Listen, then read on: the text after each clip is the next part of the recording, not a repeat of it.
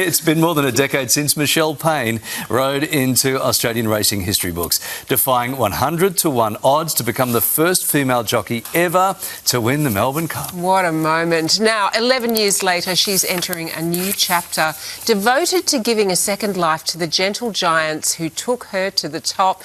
And to tell us more, we welcome Michelle Payne back to the show.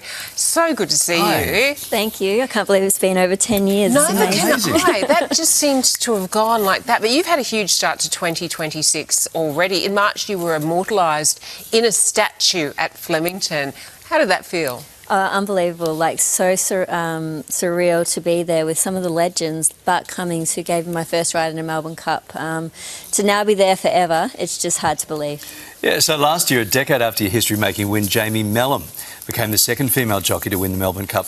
Was there a piece of you, you're probably very supportive, but was there a piece of you going, I hope my record never gets broken? No, definitely not. I think the most important part for our industry is that we continue to do well, to make our, opportunities, make the most of them. And to see Jamie take that mantle was just incredible. She deserved it. She's an amazing rider. Yes. And we have an unbelievable amount of girls coming through the industry. 80% of the last intake of apprentices were females. So that's on you, right? Yeah, that's on you. It really you lit that is. fuse. It's really great. Super inspiring for a lot of you. young girls out there.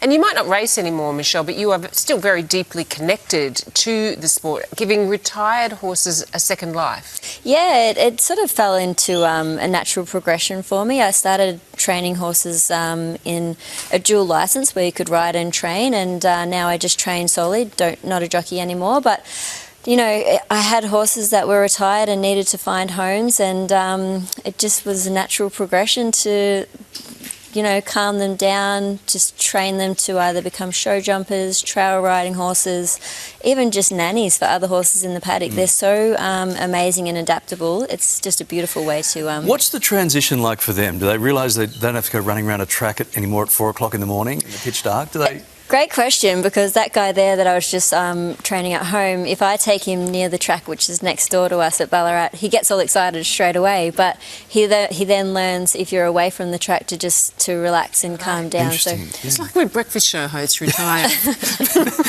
they're really getting ready to put me out the back paddock right now. Might not be a bad life. But they'd also be really great companions for people, wouldn't they? People who have properties and, want to have horses around them, people with disabilities. Exactly, they are. They're unbelievable. Like, you just see a horse roaming around a paddock, just to look at them is so relaxing and calming, and that might be where some horses are suited. They might not be suitable to be in the equestrian world doing the show jumping that we are doing. They might just be best to be at home, and that's their spot. So it's amazing to be in that next chapter, and when you do find them a home that they match the rider, it's the best feeling, the best thing to see, and you receive the messages that they go into competitions and stuff like that. It's really cool. Adopt a horse for your flat. Oh yeah, that'll be great for my apartment. That'll be really good. You've been teasing us a bit on social media about this new fashion label thing. Talk us through that. How exciting. Launching tomorrow. Got a couple of caps here, and it's just a fun project that it's been exciting to work on. Just designed for everyday confidence with cute colours and good quality, and make you feel good to wear. So yeah. Tell me that somewhere in the range there's some silk jodhpurs and knee-high boots. Oh, we're working just on that. Because it's Friday night, please. You've given me a good idea. Yeah, right. Definitely. Hey, lovely to see you. Yes, thanks for having me, and great to chat about this new next chapter.